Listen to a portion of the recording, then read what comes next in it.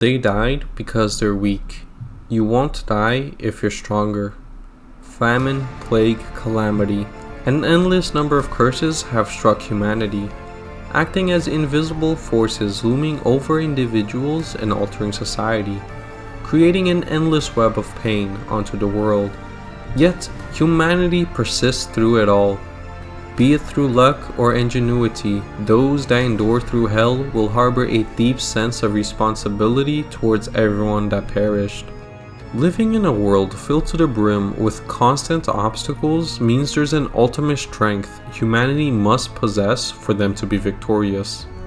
That is the story of Ragna the Reaper, a boy that embodies the true nature and effects of war.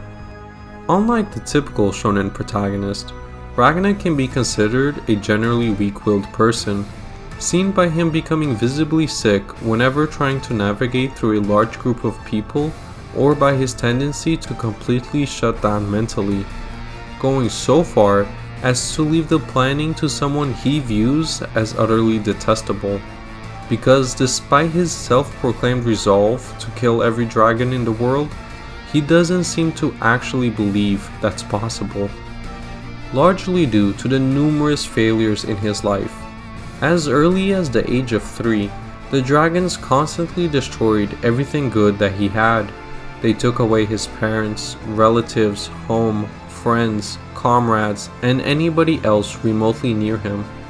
It became such a frequent occurrence over the years that rumors of Ragna working for them began to spread, making him also be an outlet for humanity's fury, naturally secluding Ragna even further than before and cementing the belief that he's cursed, letting the full weight of survivor's guilt take hold of his life, one born from surviving the aforementioned attacks.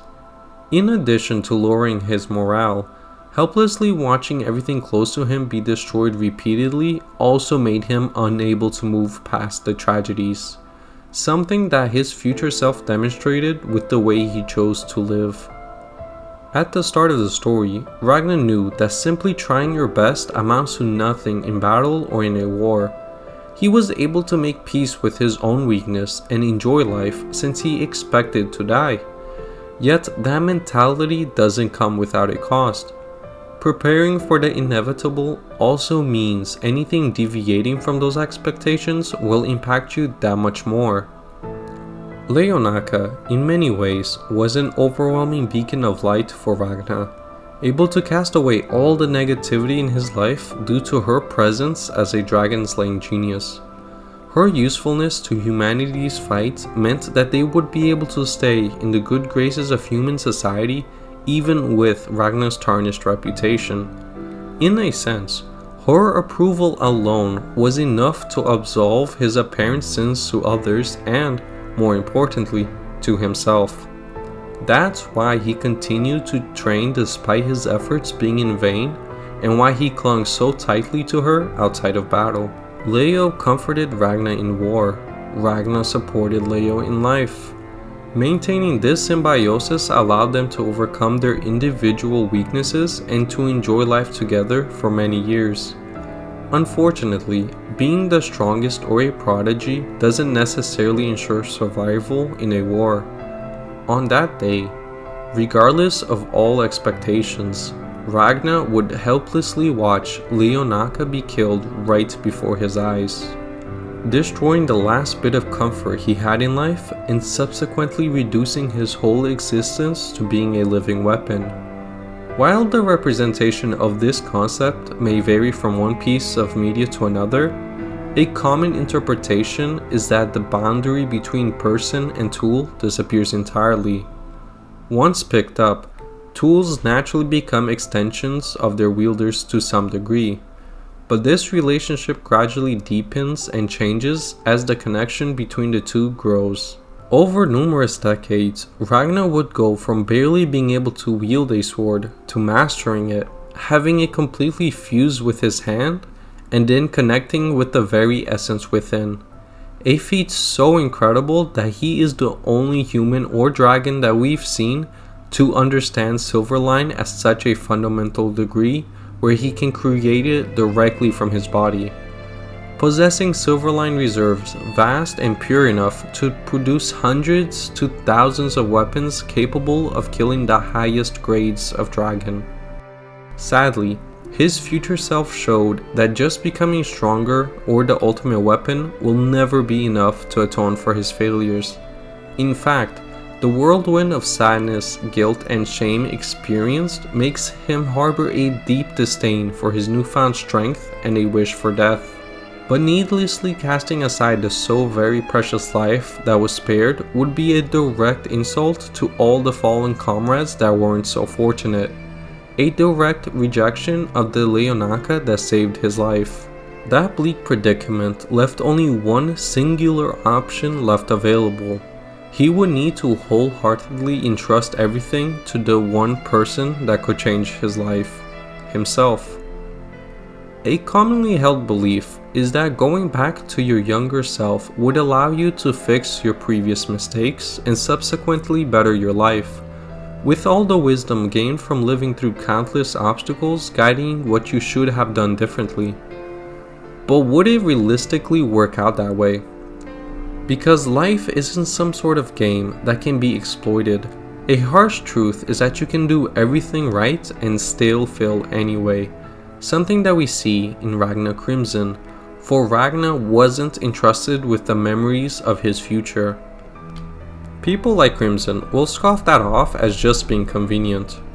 But I think Crimson being the one who sent Ragna back in the first place proves it was an intentional move. Despite all the mystery surrounding the traitorous ex-Dragon Monarch, there are two things we can say for certain about his twisted personality. 1. His sole goal in life is to exterminate all dragonkind, including himself. 2. He will use any and all means at his disposal to accomplish that goal, having absolutely no remorse for the mass suffering his actions caused or whether Ragna disagrees with it. At the end of the day, Crimson would have ensured Ragna passed along his decades of knowledge if it was the slightest bit useful. But as we already covered, he couldn't move past Leo's death. Instead of spending time trying to process what happened, he plunged further into battle, completely devoting his entire self to being a living weapon of war. While this understandably left Ragna a broken shell of a man, his choice wasn't for nothing, for change needs to be backed up by power. With millions of lives on the line, having an immense ambition is commonplace in a war. As much as you devote yourself to aiding those around you, there will be numerous enemies devoting themselves to destroying that very thing. Meaning you also need to possess some overwhelming advantage that creates an opportunity of turning the tides to your favor. Something that can only be achieved with immense sacrifice.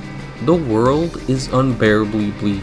No matter how much one achieves or how strong one becomes, it'll always pale in comparison to the curses we must face.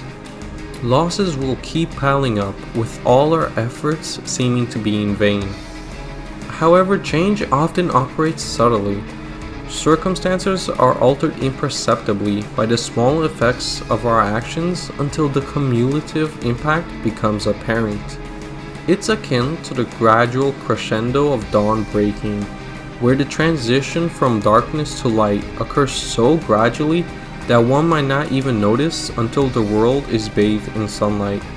In the same vein, transformation unfolds in the background, unnoticed, until suddenly we realize that the world around us has shifted for the better. The vast majority of lives end without fanfare or proclamation, but they still leave an indelible mark. We're still able to carry on the opportunities created from their sacrifices regardless of whether we know about their life. Because change doesn't happen following the path they took. We instead need to continue forward from where they left off and reach new horizons.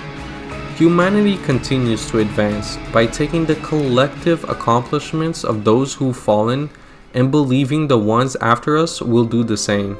It seems like such an insignificant thing on the surface, but it's a guaranteed outcome we can all find solace in while facing life's challenges. That is what Ragna was entrusted with, and the story we will follow. That is Ragna Crimson.